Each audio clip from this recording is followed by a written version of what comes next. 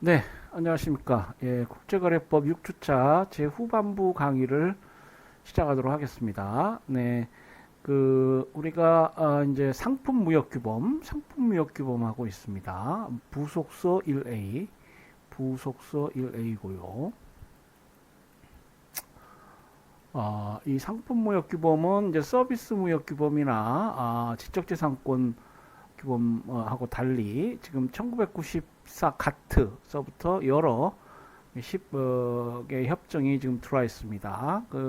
상당수 협정은 원래 1947 가트에 있던 그런 조항을 이제 시대의 변천에 맞게 개정하고 증보해가지고 해석상에 뭐 논란이 있었달지 모호한 부분을 수정하고 증보해서 또 필요한 새 시대의 주제에 맞게 이제 증보를 했죠. 그래서 여러 개 협정이 이제 개별적으로 들어와 있습니다. 그래서 1914 가트 조항들하고 이렇게 연계시켜서 이해하시면 좋겠습니다.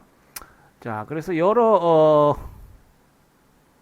상품무역 규범에 들어와 있는 여러 협정들 가운데서 지금 산업피해 구제, 국내 산업에 피해가 있는 경우에 이를 구제하기 위한 그러한 협정들을 살펴보고 있습니다. 지금 우리 조영정 교수님 책에는 이제 세 가지, 그러니까 반덤핑 협정, 그리고 보조금 협정 이렇게 들어와 있습니다. 이 반덤핑 협정하고 보조금 협정은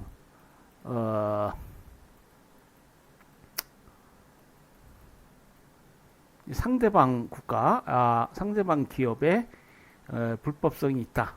지금 WTO법 체계상 그렇게 보고요. 어, 그리고 이제 세이프가드 협정, 긴급 수입 지원 조치 협정이라고도 하죠. 세이프가드 협정은 상대방의 에게 불법성이 없는데도 국내 산업 피해를 구제하기 위해서 일정한 조치를 취할 수 있는 긴급 조치, 말 그대로 긴급 조치입니다. 그래서 이제 같은 산업 피해 구제 제도라도 좀 다르다. 지난 시간에 말씀드렸죠. 예, 그래서 이제 반덤핑 협정을 마치고 보조금 협정 관련해서 이 보조금이라는 것이 어떠한 그러니까 무역 그리고 국제 시장에서 어떠한 효과를 갖는지 살펴봤습니다. 그래서 이제 보조금을 지원한 국가에 대해서 그 보조금 지원 효과를 상쇄시키기 위해서 뭐 상계관세를 부과할 수 있다는 것이죠. 기본적인 그 법리가 이제 보조금협정 관련한 법리가 그런 체계를 이루고 있다. 그리고 이제 말씀드린 대로 국내적으로 이 그 보조금 관련한 판정에 관해서 쭉 국내에 절차가 있고요. 그래서 이제 그 SMA 협정, Subsidies and SCMA, 뭐 SCM 협정이라고도 하고요, SCMA라고도 하는 이 보조금 협정 하에서 국가 간 통상 다툼이 있을 수도 있고요. 그다음 국내 그 보조금 관련한 국제 협정을 국내적으로 시행하기 위해서 국내적으로 보조금 관련한 법이 있습니다. 최소한 WTO 이행 법률들을 가지고 있어요. 그렇기 때문에 협정하고 국내법은 뭐 거의 동일하다 이렇게 볼 수 있고요. 이제 국내적으로 다툴 수 있는 그런 절차가 있고 또 국제적으로 다툴 수 있는 그러니까 이제 당사자가 다른 것이죠. 이 통상 분쟁은 그야말로 국제 통상법 분야니까 우리 공부하고 있는 그러니까 국가와 국가 간의 권리 의무 그리고 그에 관해서 분쟁이 있다. 그래서 당사자도 이제 국가 내 국가가 되고요. 이렇게 됩니다. 그러나 이제 국내 절차의 경우에는 그 상계 관세나 반덤핑 관세를 부과받은 기업이 그 상계 관세나 반덤핑 관세 부과 조치를 한 ITA랄지 상무성을 상대로 해서 이제 국내적으로 다툴 수 있는 것이죠. 이거는 국내적 절차고 따라서 이제 조사 절차가 진행 중에 무슨 이의를 제기한달지 행정청에 이의를 제기한달지 여러분 행정법 공부하시면은 처분에 대한 이의랄지 항고 이런 구제 수단이죠. 행정처분에 대한 구제 수단 준사법적 절차라고 할 수 있고요. 이제 사법 절차를 통해서 구제받을 수도 있습니다. 그래서 말씀드린 대로 Court of International Trade CIT 연방 지방법원급의 CIT가 있다. 그리고 이에 불복한다면은 이제 연방 항소법원 우리가 Court of Appeals 또는 Circuit Court라고 하는 연방 항소법원이 있고요. 그러니까 이 국제무역은 연방 국가 내에서 연방 문제가 됩니다. 그래서 법원도 연방 법원으로 구성되어 있고 특별 법원이 되어 있죠. 전문 법원. 그러니까 지역 관할을 기초로 한 연방 법원이 있어요. 연방 제9 항소법원이면 캘리포니아랄지 워싱턴, 몬타나 미 서부 지역을 관장하고요. 또 제7 항소법원 하면은 이제 미드웨스트 지역, 위스콘신이랄지 미네소타, 아이오와 이런 주를 관장하게 되고요. 동부는 좀 숫자가 적죠. 그래서 10여 개 상품무역협정 숫자 비슷한 그런 연방 항소법원이 있고 대법원이 있습니다. 그래서 이제 이렇게 사법적으로 다툴 수 있어요. 이것은 이제 회원국의 의무입니다. 그러니까 국제통상법, 이 산업피해 국제제도를 성실하게 국내에서 또 실현을 해야죠. 그 사법 절차를 마련하는 것이 이제 일반적인 국제법상의 의무고요. 최소한 국내 헌법적으로는 그것이 요구되고 있다는 것이죠. 자, 그래서 지금 그 상계관세 제도에 관해서 설명하고 있습니다. 그래서 이제 제 6조에 이 상계관세 제도가 들어와 있고요. 가트 6조. 그리고 이제 제 16조에 보면은 보조금 관련해서 규정이 있습니다. 그러니까 1947 가트 이 1947 가트는 이런 골간 조항들은 그대로 1994 가트가 됐죠. 그래서 이러한 조항들이 있고 이제 독립해서 이러한 조항들을 증보해서 이제 Subsidies and Countervailing Measure SCMA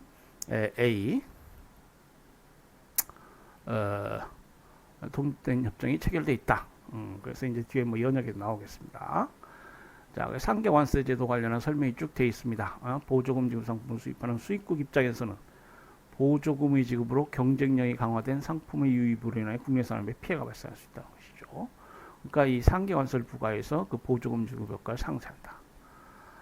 또 국제적인 차원에서도 국내 기업에 대한 보조금 지원은 그 보조금이 지원된 만큼 국내 기업과 해외 기업 간의 경쟁력이 커 이를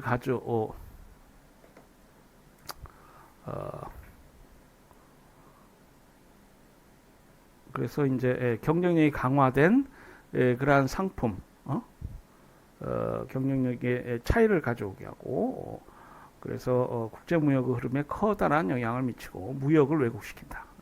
무역을 왜곡시킨다. 이것 바로 이 WTO 체제가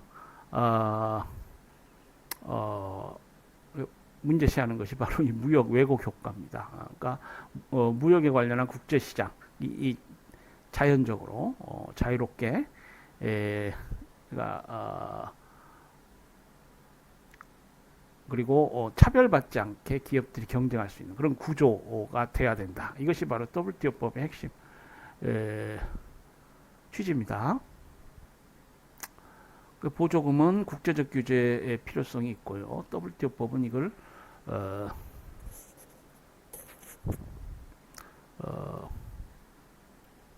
보조금 협정 그리고 6조 제 16조에서 다루고 있다. 자, 그러나 보조금은 그 나라의 산업 경제 정책이나 공공 정책에 따라 시행되며 이러한 정책들은 그 국가의 경제 구조나 사회 구조와 밀접한 관련이 있다. 그렇죠. 국가는 자국 경제를 진작하고 어떤 일정한 산업적 목적으로 지원을 하는 이런 역할을 합니다. 이제 그것이 지금 어떠한 경우에 WTO에서 제재 대상이 되느냐 우리가 그걸 공부해야 돼요. 자, 각국마다 경제 구조나 사회 구조가 다르기 때문에 국가마다 보조금의 기능과 중요성이 다르다. 따라서 보조금이 국제무역에 미치는 영향이 적지 않음을 인식하면서도 보조금의 이러한 특성 때문에 국제적인 차원에서 보조금에 대한 명확한 원칙을 설정하고 일률적으로 규제하기에는 많은 어려움이 있다. 그래서 이 보조금 덤핑 문제도 이게 경제적 효과 덤핑의 뭐 경제적 효과랄지 그것의 정기능 역기능 관련해서 막 경제학자마다 좀 의견이 다를 수 있고요. 이 보조금 문제도 역시 그렇습니다. 자, 그래 달 때 이 보조금 지급에 대한 이제 카트의 입장이 문제되는데 먼저 각국이 이 무역을 왜곡시키는 보조금 사용 자체에 대해 사용하지 않을 걸 의무하고 있다. 자, 중요한 것은 이 무역을 왜곡시키는 보조금입니다. 다음으로 타국의 보조금 지급으로 피해를 입은 국가는 보조금 효과를 제거하는 상계 관세를 부과하거나 다른 구제 조치를 취할 수 있도록 하고 있다. 그렇죠? 수출국이 보조금 지원 상품 수입에 의하여 피해를 입는 경우에 가트상에서 수입국은 해당 수입품에 대해서 상계 관세를 부과할 수 있고 이 외에도 상대국의 의무 위반에 대한 대응 조치를 취할 수도 있다. 네, 상계 관세를 부과하고 WTO 통상 분쟁 하나로 이걸 발전시켜서 그 문제되는 보조금 조치, 보조금 효과를 갖는 여러 가지 지원 정책 뭐 이런 것들을 철폐하라 이렇게 다툴 수도 있습니다. 상대방의 의무 위반에 대한 대응 조치는 무효화 및 침해 조항 이게 제 23조가 되겠어요. 23조에 있는 무효화 및 침해 조항. 이 23조도 좀 흐리게 나오네요. 제가 그 폰트 그것을 수정한다는 것이 이렇게 나와야 되는데 이게 안 된 것 같습니다. 23조 무효화 및 침해 조항. 그러니까 지금 WTO에 들어와 있는 여러 협정들은 원래 이 1947 가트 개별 조항에서 이렇게 발전된 것이 많습니다. 이 23조, 27조 침해 및 무효화 조항은 이제 우리 뒤에 나오겠습니다만은 부속서 2, DSU, Dispute of Understanding of Dispute Settlement, 분쟁 해결에 관한 양해각서가 이제 이 23조에서 발전된 독립된 협정입니다. 우루과이 라운드에서 처음 이제 지금 독립협정으로 들어와 있어요. 그리고 이 면책 조항 등의 근거가 된다. 최애국 대우. 따라서 상대국의 보조금 지급에 대하여 상계 관세를 조치할 수 있고 여기 보면은 그러니까 이 상대국에 대한 상대국 의무 위반에 대한 조치는 이 통상 분쟁을 이렇게 끌고 가서 그 조치 자체를 철폐하라 이럴 수 있고요. 최애국 대우 예외가 될 수 있습니다. 그리고 19조에 따라서 자신의 책임을 면제받을 수 있습니다.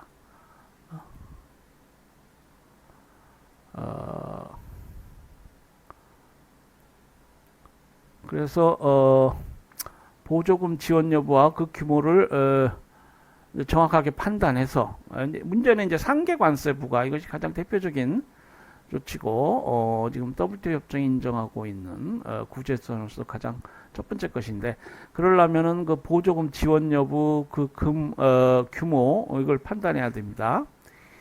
이러한 가운데 상계 관세 제도도 반덤핑 제도와 마찬가지로 보호무역주의 수단으로 남용될 수 있음에 이에 따른 국가 간의 문제가 발생할 소지가 있다. 그래서 이제 상계 관세를 과도하게 부과한다 할지 이것이 이제 자국산을 보호하기 위한 것 아니냐. 시장의 정의를 회복하는 걸 넘어서 국내 산업 보호 목적으로 남용될 수 있다. 이런 문제가 있죠.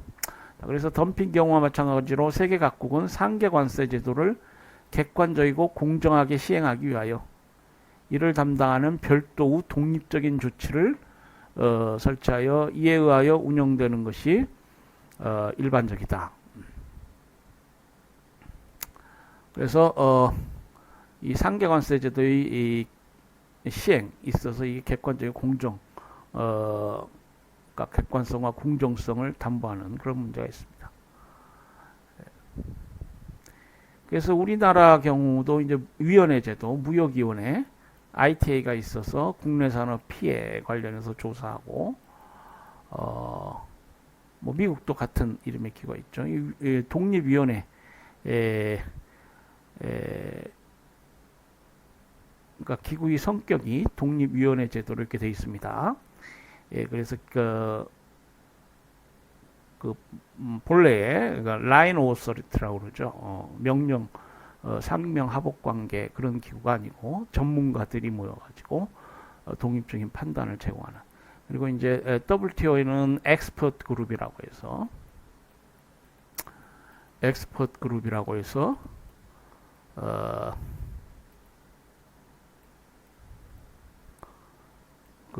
이 보조금 규모, 통상 분쟁이 있을 때 이 보조금 규모랄지 이런 걸 전문적으로 판단할 필요가 있고, 패널이나 항소기구의 판단, 이건 법적 판단이죠. 그 법적 판단을 보좌해주는 경제적으로 전문적으로 보좌해주는 그런 그룹들이 있다. 그렇죠?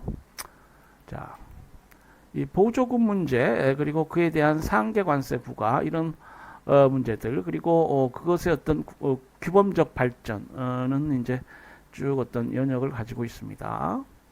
자, 수출국의 보조금 지원 이거는 이제 무역 관련한 국제 시장을 왜곡한다. 그러니까 자유 시장 원리에 반한다. 그래서 이제 상계 관세를 부과한다. 이것은 이제 19세기 후반서부터 그런 사상이 싹 떴고요. 20세기 들어오면은 많은 국가들이 상계 관세 제도를 도입했습니다. 국제적인 규범으로서 상계 관세가 도입된 것은 1947년 가트가 설립될 때고, 가트는 이제 16조에서 보조금을, 제6조에서 상계 관세를 규정하고 있습니다. 1955년 가트에서는 설립 당시 규정에서 미진한 부분인 수출 보조금과 1차 상품의 보조금에 대한 사항을 보충했습니다. 그러니까 보조금 중에 이제 수출과 연관시키는 수출 보조금 그리고 1차 상품에 대한 보조금 이 문제를 보충했고요. 이 가트의 이 보조금 및 상계관세 규정은 원칙 설정만 되어 있고, 이 보조금 그러니까 산업을 지원한다는 이 보조금이라는 것이 이 개념 자체가 매우 복잡합니다. 그래서 많은 예외가 있었고 강제성이 결여되고 뭐 문제점이 많았습니다. 그리고 1970년대 이르면은 이제 소위 그 네오 프로텍셔니즘, 신보호무역주의,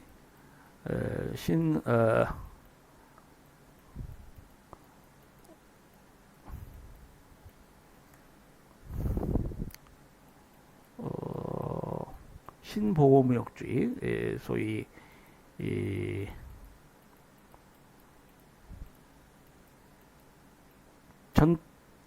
전통적인 보호무역주의는 이제 못 사는 나라들이 자국 산업, 특히 유치 산업을 보호하기 위해서 하는 것인데, 이 신보호무역주의는 잘 사는 나라들이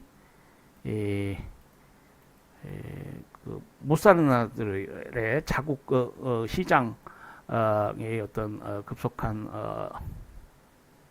자국 시장을 급속하게 파고 들고 어떤 만성적인 무역 수지 적자, 재정 수지 적자 이것을 탈피하기 위해서 이제 하는 보호무역주의 정책인데요.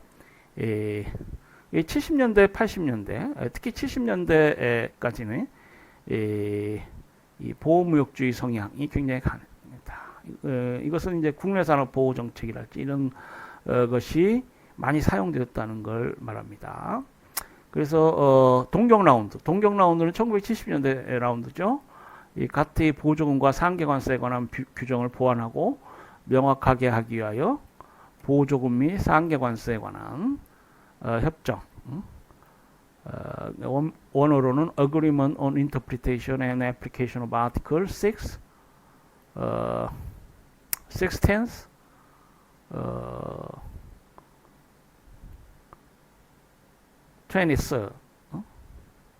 of GATT. 자, 6조는 상계관세 부분이고요. 16조는 보조금, 23조는 아까 그 분쟁 해결, 침해 무효화 조항이 됩니다. 그래서 가트 제6조, 16조, 23조 이행에 관한 협정이라고 하는 SCM 협정을 마련했습니다. 그 외에도 보조금과 상계관세를 둘러싼 각 국가 간의 분쟁은 해소되지 아니했기 때문에 우루과이 라운드에서 보조금 및 상계 조치에 관한 협정을 마련하였다. 그래서 이제 지금과 같은 SCM 협정이 된 겁니다. 동경 라운드에서의 보조금 및 상계관세에 관한 협정이 복수국간 협정으로 협정 당사국에만 적용되는데 반하여 이거는 이제 복수국간 협정이었어요. 그러니까 협정 이름도 보조금 및 상계관세에 관한 그런 협정. 원어는 좀 다르죠. 동일하긴 한데 모든 나라 가입할 의무는 없습니다. 협정사관에만 적용이 되고요. 언젠가 제가 설명을 드렸죠. 복수국간 협정과 타국간 협정. 이제 우루과이 라운드에서 체결된 이 협정은 다자간 협정입니다. 이 다자간 협정은 복수국간 협정과 달리 WTO 회원국이면 의무적으로 가입해야 됩니다. 그래서 전체 회원국에 적용되어서 적용 범위가 넓어지고 이렇게 협정이 매번 새로운 협정이 되는 것은 어떤 그동안에 노정된 문제들을 수용해서 뭐 이걸 개정하고 발전시켰다는 것이죠. 기본적으로 보조금이라는 개념 자체가 모호하기 때문에 이 보조금의 범위와 기준을 명확히 하고 또 상계관세 부과 절차 부분을 명확하게 분명하게 하였습니다. 법은 실제법, 절차법이 명확성 원칙에 따라서 체계를 갖추고 있어야 그게 조법이 되는 것이죠. 표 5-6에 보면 세 개의 상계 조치 현황이 있습니다.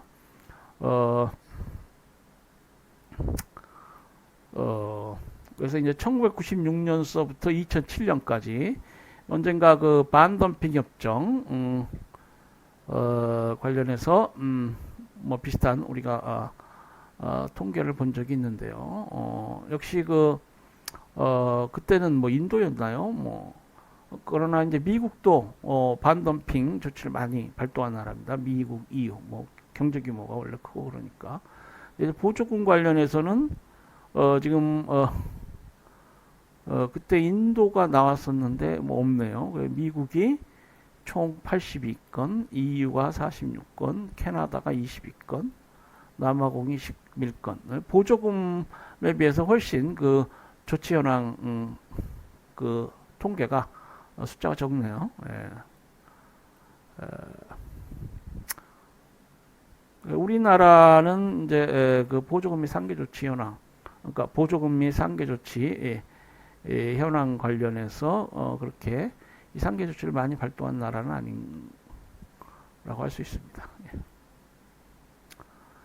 자, 그럼 WTO 협정의 주요 내용을 보면은요, 자, 보조금이 뭔지를 알아야 돼. 그러니까, 반덤핑 협정 관련해서 덤핑 행위, 덤핑의 존재 여부가 이제 문제였듯이, 이제 보조금이 존재하느냐. 그리고, 이제 이 보조금으로 인해서 국내 산업에 피해가 있어야 됩니다. 그러니까 구조가 비슷해요. 그 법리가 가름 구조가 비슷합니다. 그러니까 국내 산업에 피해가 있어야 되고, 이 보조금과 국내 산업 피해 간에는 인과관계가 있어야 됩니다. 반덤핑 협정을 상기하시면 되겠습니다. 자, 그러면 먼저 보조금이 존재하느냐, 덤핑이 존재하느냐, 그 문제와 논리적으로 이제 동일한데요. 지금 아까도 말씀드렸습니다만은 SCA 협정, 과거의 SCA 협정은 이 보조금에 대한 명확한 정의를 두지 않고 있습니다. 그래서 그 보조금의 범위를 두고 해석상 문제가 많았는데, 지금 우루과이 라운드를 협상을 거치면서 새롭게 보조금 및 상계조치 협정을 우리가 이제 독립된 협정으로 또 다국간 협정, 복수국간 협정에서 다국간 협정으로 발전시켰는데, 이 새로운 협정에서는 보조금에 대하여 보다 명확한 정의를 하고 있습니다. 종래 가트에서는 국내 보조금과 수출 보조금을 나누어 원칙적으로 수출 보조금만을 규제 대상으로 했으나, 지금 WTO 협정에서의 보조금은 이제 세 가지 유형이 있습니다. 금지 보조금, 조치 가능 보조금, 허용 보조금으로 나누고 그 범위와 내용을 명확했다. 이렇게 평가되고 있습니다. 자, 보조금은 이제 원어로는 financial contribution입니다. financial 재정적 지원 이렇게 돼 있어요. financial contribution.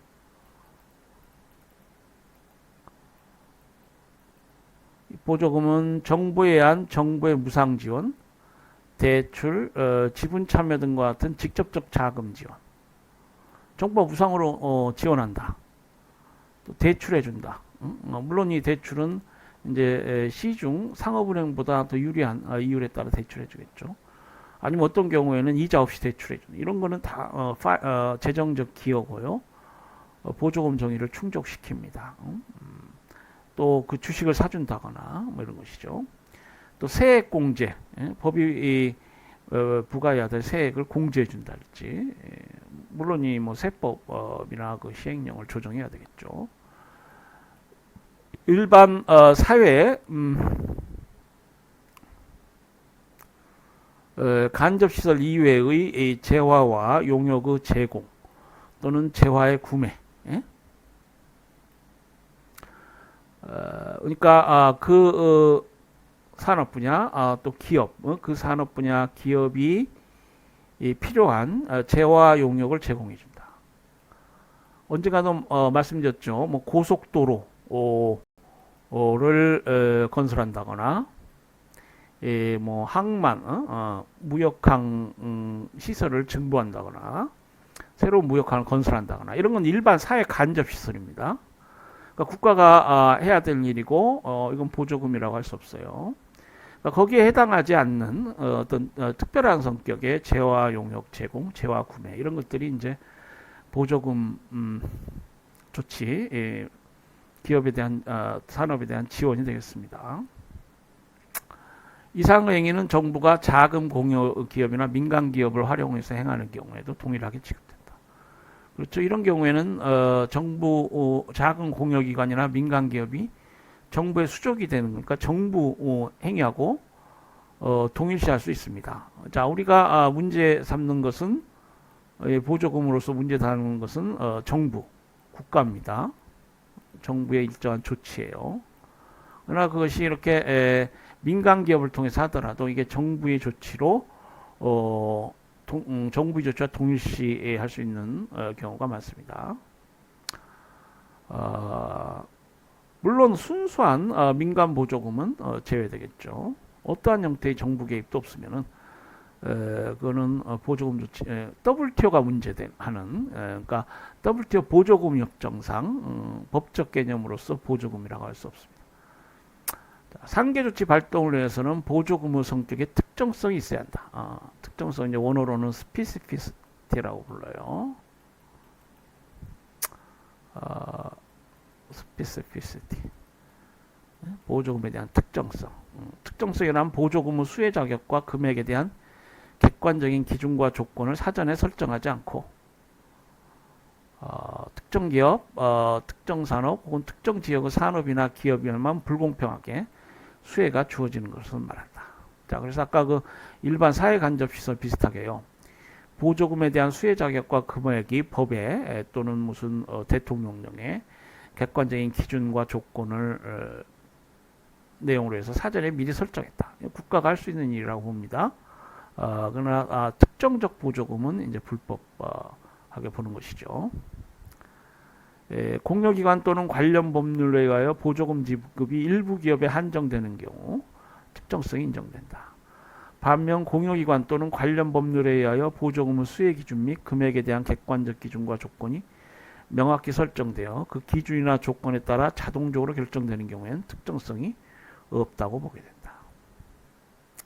그렇죠? 그리고 또한 공여기관이 관할하는 지역 중 특정 지역 내의 기업에 제공되는 보조금은 특정적이 된다. 그리고 보조금 및 상계조치에 관한 협정 제3조에서 규정하고 있는 금지 보조금은 그 실질적인 내용에 관계없이 특정적이다. 그래서 이 금지 보조금 prohibited subsidies 원어로는 prohibited subsidies가 됩니다.